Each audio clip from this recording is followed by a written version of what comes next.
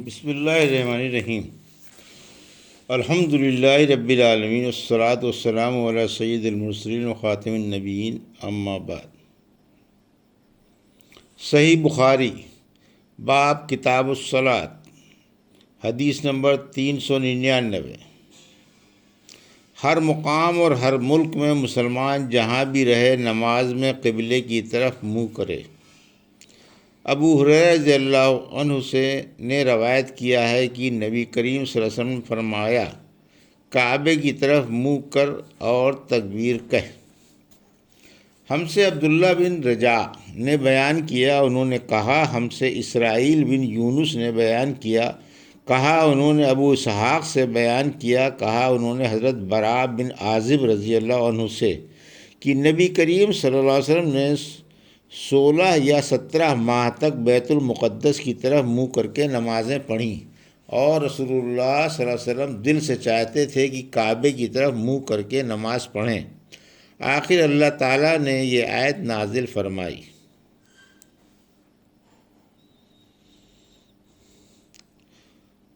ہم آپ کا آسمان کی طرف بار بار چہرہ اٹھانا دیکھتے ہیں، پھر آپ نے کعبے کی طرف منہ کر لیا، اور احمقوں نے جو یہودی تھے کہنا شروع کیا کہ انہیں اگلے قبلے سے کس چیز نے پھیر دیا۔ آپ فرما دیجئے کہ اللہ ہی کی ملکیت ہے، مشرق اور مغرب، اللہ جس کو چاہتا ہے سیدھے راستے کی ہدایت کر دیتا ہے۔ جب قبلہ بدلا تو ایک شخص نے نبی کریم صلی اللہ علیہ وسلم کے ساتھ نماز پڑھی، پھر نماز کے بعد وہ چلا اور انصار کی ایک جماعت پر اس کا گزر ہوا جو عصر کی نماز بیت المقدس کی طرف منہ کر کے پڑھ رہے تھے۔ اس شخص نے کہا کہ میں گواہی دیتا ہوں کہ میں نبی کریم صلی اللہ علیہ وسلم کے ساتھ وہ نماز پڑھی ہے جس میں آپ نے موجودہ قبلہ کعبے کی طرف منہ کر کے نماز پڑھی ہے۔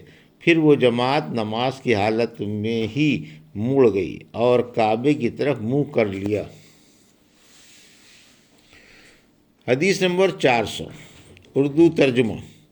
ہم سے مسلم بن ابراہیم نے بیان کیا، کہا ہم سے حشام بن عبداللہ دستوائی نے، کہا ہم سے یحییٰ بن ابی کثیر نے محمد بن عبد الرحمن کے واسطے سے، انہوں نے جابر بن عبداللہ رضی اللہ عنہ سے، انہوں نے فرمایا کہ نبی کریم صلی اللہ علیہ وسلم اپنی سواری پر خواہ اس کا رخ کسی طرف ہو نفل نماز پڑھتے تھے، لیکن جب فرض نماز پڑھنا چاہتے تو سواری سے اتر جاتے اور قبلے کی طرف منہ کر کے نماز پڑھتے۔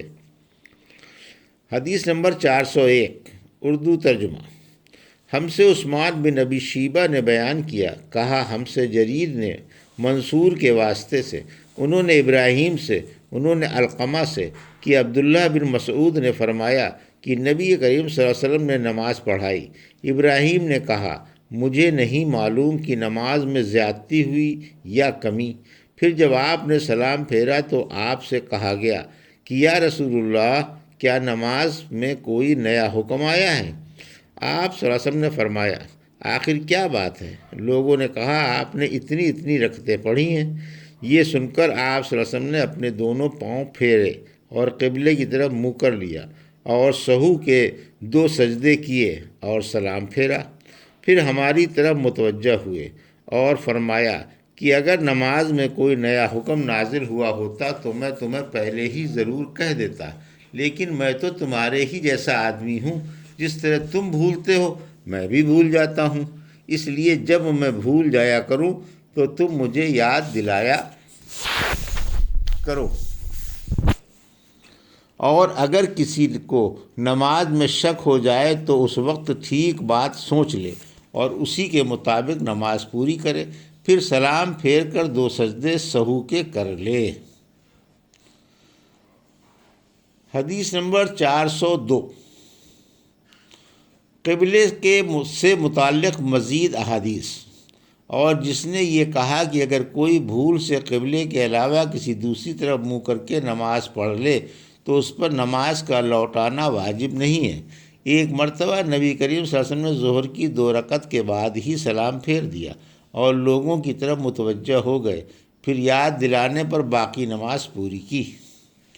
ہم سے عمرو بن عون نے بیان کیا، کہا ہم سے حشیم نے حمید کے واسطے سے، انہوں نے انس بن مالک رضی اللہ عنہ کے واسطے سے کہ عمر رضی اللہ عنہ نے فرمایا کہ میری 3 باتوں میں جو میرے منہ سے نکلا میرے رب نے ویسا ہی حکم فرمایا۔ میں نے کہا تھا کہ یا رسول اللہ، اگر ہم مقام ابراہیم کو نماز پڑھنے کی جگہ بنا سکتے تو اچھا ہوتا۔ اس پر یہ آیت نازل ہوئی، اور تم مقام ابراہیم کو نماز پڑھنے کی جگہ بنا لو۔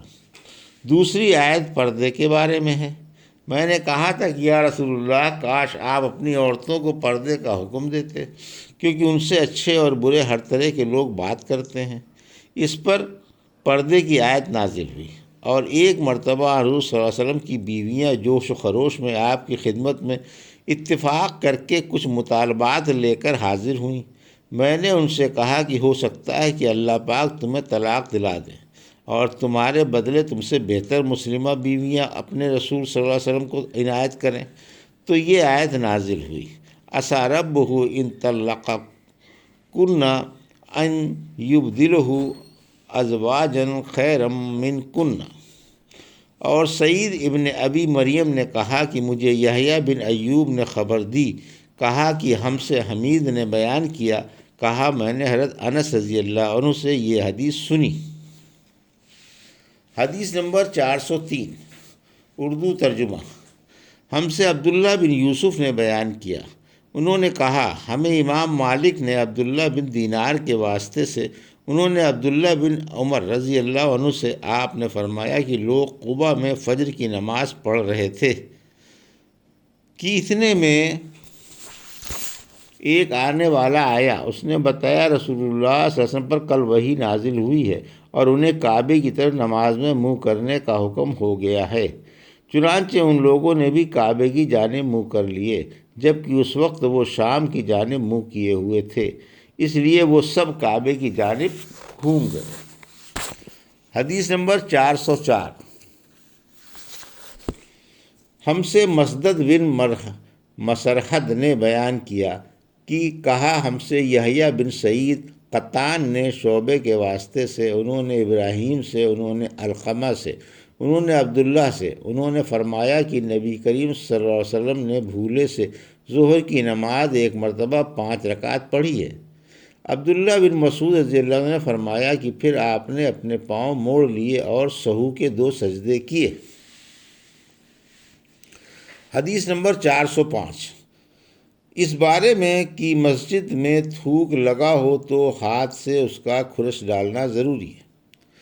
ہم سے قنیبہ نے بیان کیا کہ کہا ہم سے اسماعیل بن جعفر نے حمید کے واسطے سے، انہوں نے انس بن مالک رضی اللہ عنہ سے کہ نبی کریم صلی اللہ علیہ وسلم نے قبلے کی طرف دیوار پر بلغم دیکھا جو آپ کو ناگوار گزرا، اور یہ ناگواری آپ کے چہرے مبارک پر دکھائی دینے لگی۔ پھر آپ اٹھے اور خود اپنے ہاتھ سے اسے کھرچ ڈالا اور فرمایا کہ جب کوئی شخص نماز کے لیے کھڑا ہوتا ہے تو گویا وہ اپنے رب کے ساتھ سرگوشی کرتا ہے، یا یوں فرمایا کہ اس کا رب اس کے اور قبلے کے درمیان ہوتا ہے، اس لیے کوئی شخص نماز میں اپنے قبلے کی طرف نہ تھوکے، البتہ بائیں طرف یا اپنے قدموں کے نیچے تھوک سکتا ہے۔ پھر آپ نے اپنی چادر کا کنارہ لیا، اس پر تھوکا، پھر اس کو الٹ پلٹ کیا اور فرمایا یا اس طرح کر لیا کرو۔ حدیث نمبر 406، ہم سے عبداللہ بن یوسف نے بیان کیا، انہوں نے کہا ہم سے امام مالک نے نافع کے واسطے سے روایت کیا، کہا انہوں نے عبداللہ بن عمر رضی اللہ عنہ سے کہ رسول اللہ صلی اللہ علیہ وسلم نے قبلے کی دیوار پر تھوک دیکھا، آپ صلی اللہ علیہ وسلم نے اسے کھرچ ڈالا۔ آپ نے لوگوں سے خطاب کیا اور فرمایا کہ اب جب کوئی شخص نماز میں ہو تو اپنے منہ کے سامنے نہ تھوکے، کیونکہ نماز میں منہ کے سامنے اللہ عز و جل ہوتا ہے۔ حدیث نمبر 407، ہم سے عبداللہ بن یوسف نے بیان کیا، انہوں نے کہا کہ ہمیں امام مالک نے حشام بن عروہ کے واسطے سے، انہوں نے اپنے والد سے، انہوں نے حضرت عائشہ ام المومنین رضی اللہ عنہا سے کہ رسول اللہ صلی اللہ علیہ وسلم نے قبلے کی دیوار پر رینٹ یا تھوک یا بلغم دیکھا تو اسے کھرچ ڈال، آپ صلی اللہ علیہ وسلم نے کھرچ ڈالا۔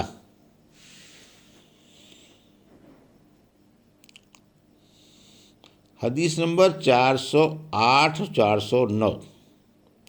مسجد میں رینٹ کو کنکری سے کھرچ ڈالنا۔ حضرت ابن عباس رضی اللہ عنہ نے فرمایا کہ اگر گیلی نجاست پر تمہارے پاؤں پڑیں تو انہیں دھو ڈالو، اور اگر نجاست خشک ہو تو دھونے کی ضرورت نہیں۔ ہم سے سعید بن اسماعیل نے بیان کیا، انہوں نے کہا ہمیں ابن شہاب نے حمید بن عبد الرحمن کے واسطے سے بیان کیا کہ حضرت ابو ہریرہ اور حضرت ابو سعید رضی اللہ عنہ نے انہیں خبر دی کہ رسول اللہ صلی اللہ علیہ وسلم نے مسجد کی دیوار پر بلغم دیکھا، پھر رسول اللہ صلی اللہ علیہ وسلم نے ایک کنکری لی اور اسے صاف کر دیا، پھر فرمایا کہ جب تم میں سے کوئی شخص تھوکے تو اسے اپنے منہ کے سامنے یا دائیں طرف نہیں تھوکنا چاہیے، البتہ بائیں طرف یا اپنے پاؤں کے نیچے تھوک لے۔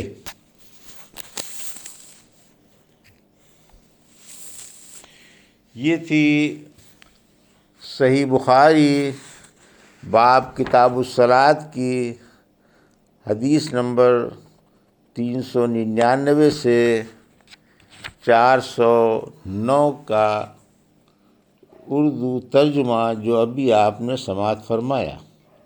اللہ سے دعا ہے کہ اللہ ہمیں ان حدیثوں کی صحیح سمجھ عطا فرما اور ان پر عمل کرنے کی توفیق عطا فرما، آمین یا رب العالمین۔